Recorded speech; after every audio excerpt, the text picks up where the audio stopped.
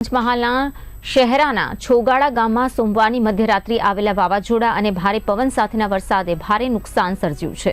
ચોમાસાની શરૂઆત પહેલા જ કુદરતના રૌદ્ર સ્વરૂપે ગામના વીજ વ્યવસ્થા અને જનજીવનને અસર પહોંચાડી।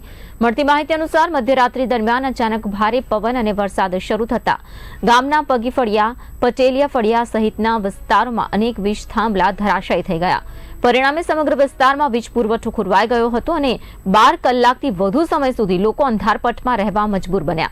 વાવાઝોડાની તીવ્રતા એટલી હતી કે અનેક સ્થળો પર વીજ લાઇનના લાઇવ વાયરો તૂટી જઈને મકાનોની છત પર અને મુખ્ય માર્ગો પર પડી ગયા હતા।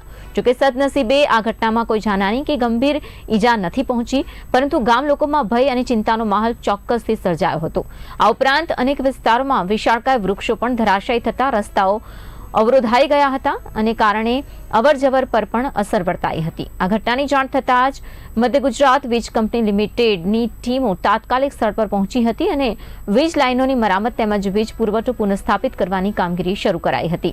આ ઘટનાને પગલે તલાટીકમ મંત્રી વિક્રમ પરમારે ગામની મુલાકાત લઈ પરિસ્થિતિનો તાગ મેળવ્યો હતો। તેમણે વાવાઝોડાથી થયેલા નુકસાનનો પ્રાથમિક સર્વે પણ હાથ ધર્યો હતો। છોગાળામાં રાત્રે વરસાદ અને વાવાઝોડાના કારણે તોતિંગ ઝાડો તૂટી ગયા છે, તો વીજ થાંભલા અને વાયરોને નુકસાન થયેલ છે।